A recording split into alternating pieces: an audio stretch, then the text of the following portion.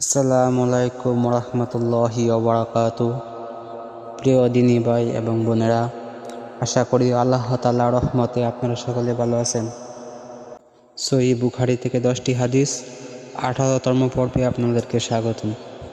1 নম্বর হাদিস, আবু হুরায়রা রাদিয়াল্লাহু আনহু হতে বর্ণিত, রাসূলুল্লাহ সাল্লাল্লাহু আলাইহি ওয়াসাল্লাম বলেছেন, জাহান্নামে একটি পাথর ফেলা হলে তা 70 বছর পর্যন্ত পড়তে থাকবে, তবু এর তলায় পৌঁছাতে পারবে না। সহিহ বুখারী 6565। 2 নম্বর হাদিস, রাসূলুল্লাহ সাল্লাল্লাহু আলাইহি ওয়াসাল্লাম বলেছেন, জাহান্নামে জাক্কুম গাছের ফল খেতে দেওয়া হবে, যা পাপীদের পেটে ফুটন্ত তেলের মতো জ্বলে উঠবে। সহিহ বুখারী 4852।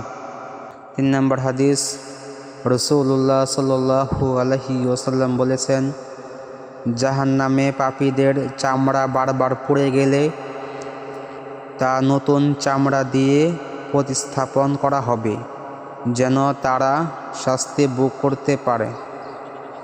সহিহ বুখারী 4720। সূরা নিসা 56 এর ব্যাখ্যা। 4 নম্বর হাদিস, রাসূলুল্লাহ সাল্লাল্লাহু আলাইহি ওয়াসাল্লাম বলেছেন, জাহান্নামের ধোঁয়া পাপীদের শ্বাসরোধ করবে, তাদের দুর্বল করবে এবং কষ্ট বাড়াবে। সহিহ বুখারী 6382। 5 নম্বর হাদিস, রাসূলুল্লাহ সাল্লাল্লাহু আলাইহি ওয়াসাল্লাম বলেছেন, মিথ্যাচার, পরনিন্দা এবং মানুষের হক নষ্ট করার কারণে অনেক লোক জাহান্নামে যাবে। সহিহ বুখারী 3296। 6 নম্বর হাদিস, আল্লাহ বলেন, তারা তৃষ্ণায় পানি চাইবে, কিন্তু তাদের ফুটন্ত পানি দেওয়া হবে, যা তাদের মুখ ঝলসে দেবে। সহিহ বুখারী 4630। 7 নম্বর হাদিস, রাসূলুল্লাহ সাল্লাল্লাহু আলাইহি ওয়াসাল্লাম বলেছেন, হাসরের দিন প্রত্যেক ব্যক্তি তার নিজের আমলনামা অনুযায়ী অবস্থান করবে। নেক আমলকারীরা ছায়ায় থাকবে আর পাপীরা দুঃখ কষ্টে থাকবে। সহিহ বুখারী 5455।